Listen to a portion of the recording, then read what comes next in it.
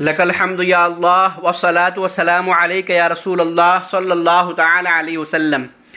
سامعین عزت، کئی سال پیشتر سیدی آقائے حضور گلزار ملت مدد ذلہ العالی نے اپنے آباء و اجداد سے ملنے والے تبرکات مبارکہ اور بعض بابرکت شخصیات کے بارے میں ناز کرنے نہ کرنے کے متعلق ان نعمتوں پر شکر الہی بجا لاتے ہوئے ایک عظیم کانفرنس میں ذمہ دار باوقار علماء و فضلاء کے مابین گفتگو فرمائی تھی، جس پر کئی سال کے بعد مٹھی بھر بھی نہیں بعض ناعاقبت اندیش، حسد و عناد، بغض و کینہ، کم علمی کے باعث فی 3 قسم کے افراد نے انگشت نمائی کی تھی۔ الحمدللہ رب العالمین، علماء نے ایسوں کو دندان شکن جواب دیا تھا جس کی وجہ سے ان کا نام و نشان مٹ گیا تھا۔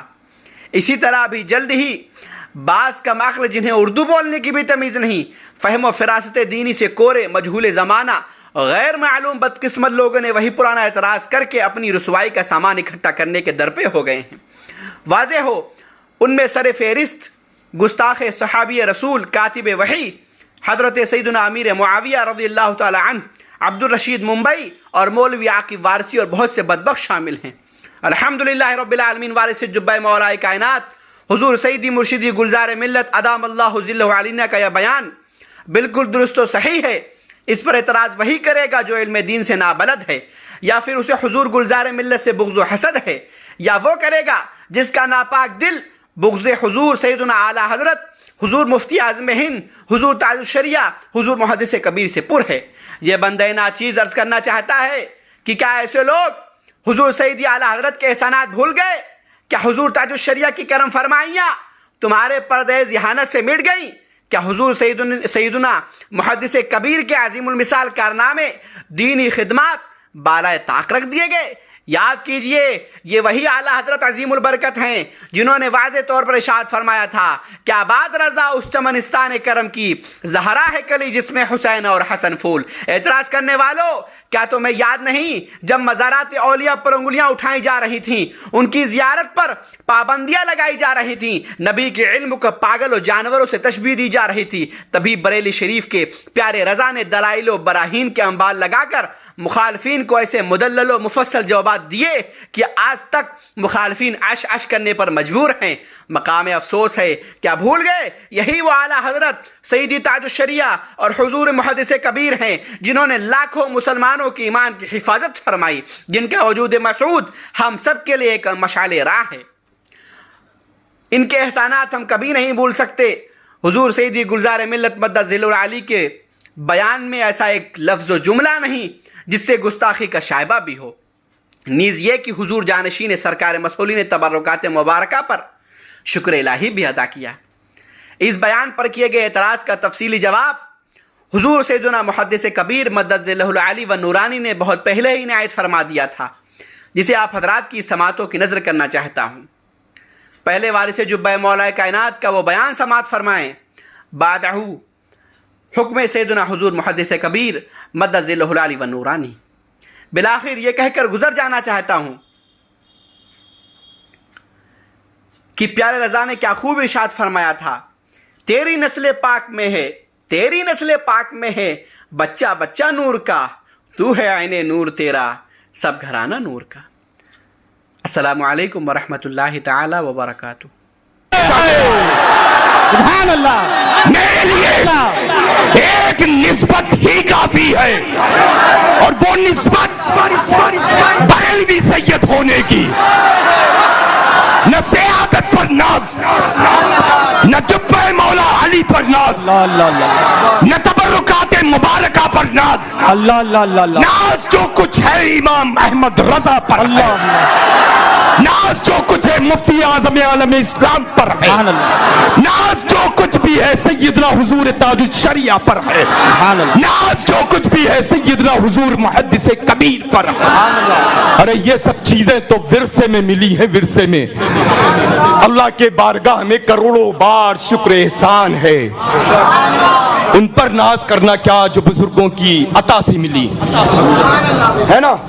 تو الحمدللہ رب العالمین جب تک زندہ رہنا مسلک اعلیٰ حضرت پر چلتے رہنا انشاءاللہ جب تک زندہ رہنا تاج الشریعہ کے حکم پر عمل کرتے رہنا انشاءاللہ جب تک زندہ رہنا حضور محدث کبیر کے فرمان عالی شان پر عمل ڈٹ کے کرتے رہنا انشاءاللہ. بسم اللہ الرحمن الرحیم نحمده ونصلي ونسلم على رسوله الکریم. اما بعد، میں ضیاء المصطفیٰ قادری اس وقت اپنا ایک بیان دے رہا ہوں. کل رات کو فقہ کی ایک اہم کتاب کے میں مطالعے میں مصروف تھا. اسی درمیان ایک رنگ ہوئی موبائل پر میں نے موبائل اٹھایا.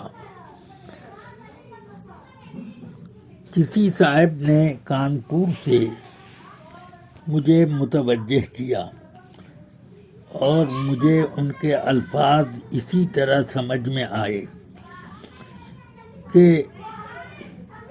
ایک صاحب نے اپنی تقریر میں یہ کہا کہ ہمیں جو کچھ ناز ہے مسلک اعلیٰ حضرت پر ہے اور نہ حضرت مولا علی پر ہے، نہ کسی تبرکات میں کسی تبرک پر ہے اور نہ کسی اور چیز پر. اس طرح کی کوئی بات میری سمجھ میں آئی. کیونکہ حضرت مولائے کائنات رضی اللہ تعالیٰ عنہ کی شان میں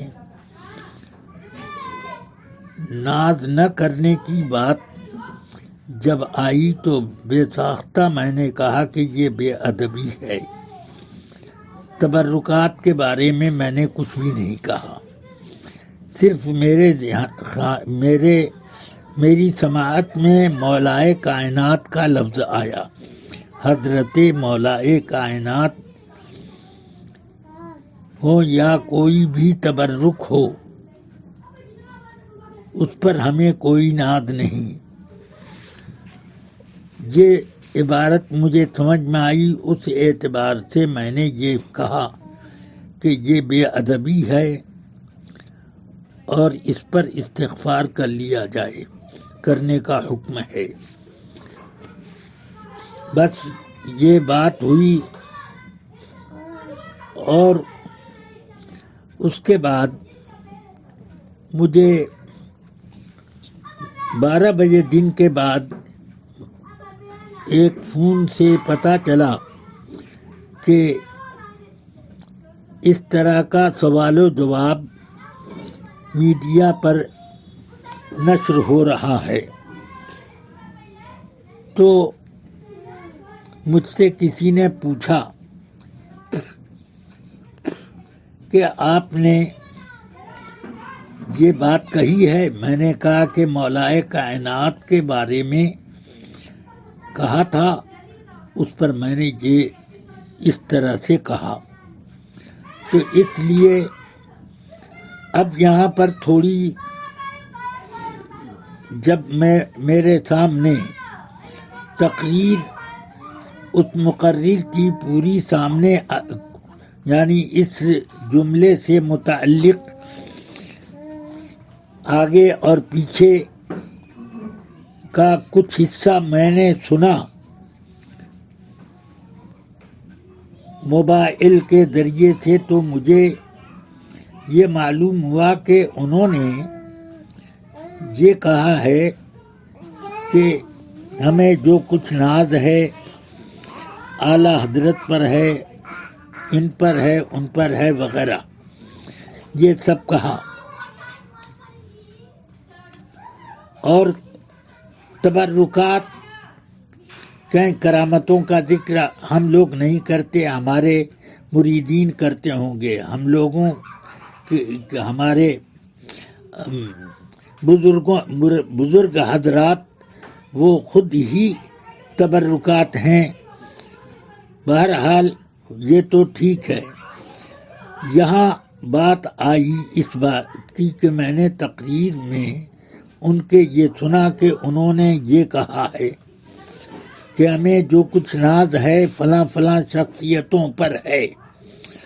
اعلیٰ حضرت سے لے کر مجھ تک کا نام لیا اور اس کا مقصد معلوم ہے کہ ان کے ذریعے سے دین، مذہب اور ایمان کی تائید ہوتی ہے. اس لیے تبرکات کا جو انہوں نے اپنی تقریر میں ذکر کیا اس سے مجھے یہ سمجھ میں آیا کہ وہ یہ کہہ رہے ہیں کہ ہمارے پاس جو تبرکات ہیں وہ ان تبرکات کو ہم پہنیں یا رکھیں اس پر اتنا ناز نہیں ہے جتنا اعلیٰ حضرت پر، سرکار مفتی اعظم پر وغیرہ. یہ ان کے کہنے کا مقصد ہے. میں نے اپنے جواب میں سیدنا ابو بکر صدیق اور سیدنا امیر المومنین عمر فاروق رضی اللہ عنہما سے متعلق جو جملہ کہا اس سے یہ آپ خوب اچھی طرح سمجھ سکتے ہیں کہ میں نے مولائے کائنات ہی کا کہ حضرت مولائے کائنات پر ناز نہیں یہی لفظ سنا ہے. اس لیے میں نے شخصیت کی توضیح کرنے کے لیے دو شخصیتوں کا ذکر کیا.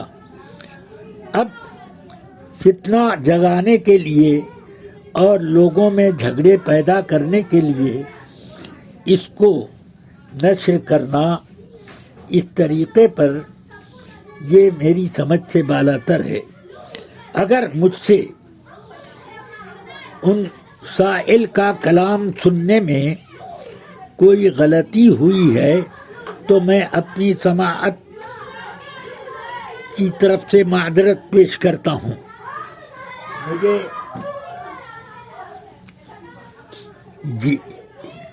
مجھے اس سلسلے میں کوئی عار نہیں ہے کہ اگر مجھ سے سننے میں خطا ہوئی ہو تو اس خطا کو میری طرف منسوب کیا جائے.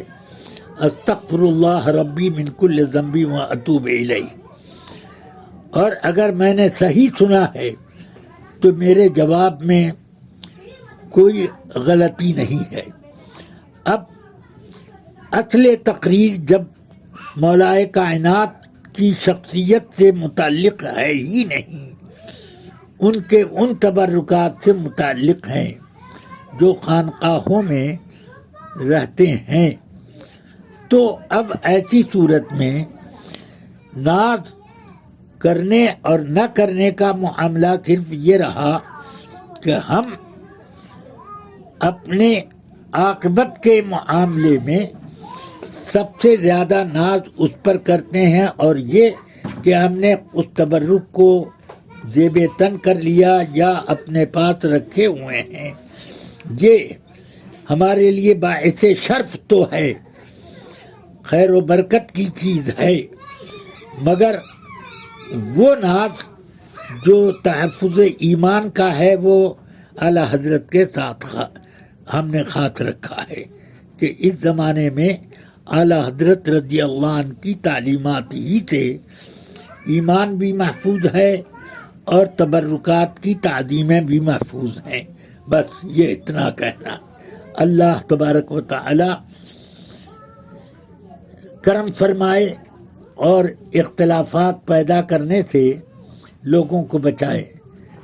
مقرر پر کوئی اعتراض نہیں، بس میں یہ کہنا چاہتا ہوں کہ تبرکات کا میں ادب کرتا ہوں اور تبرکات کی تعظیم و تکریم میں میں کوئی بھی خفیف لفظ بولنا اپنے لیے پسند نہیں کرتا، اور یہاں پر کوئی ان کی تقریر میں خفت والا لفظ نہیں، اس لیے ان کے اوپر نہ مقرر پر میں کوئی حکم لگاتا ہوں اور نہ اس سلسلے میں سامعین کے اوپر کوئی حکم لگاتا ہوں کہ ان لوگوں نے تبرکات کی شان میں بے ادبی کی، یا مقرر نے یا سامعین نے بے ادبی کو محسوس کر کے بھی اس کی خاموشی اختیار کی، یہ کچھ نہیں۔ تبرکات ہیں، اور ایمان کا تحفظ یہ اپنی جگہ پر رہے۔ اللہ تبارک و تعالی تمام لوگوں کو خیر و عافیت سے رکھے اور فتنہ بڑھانے، جھگڑا کھڑا کرنے کی راہ سے لوگوں کو بچائے۔ السلام علیکم ورحمۃ اللہ۔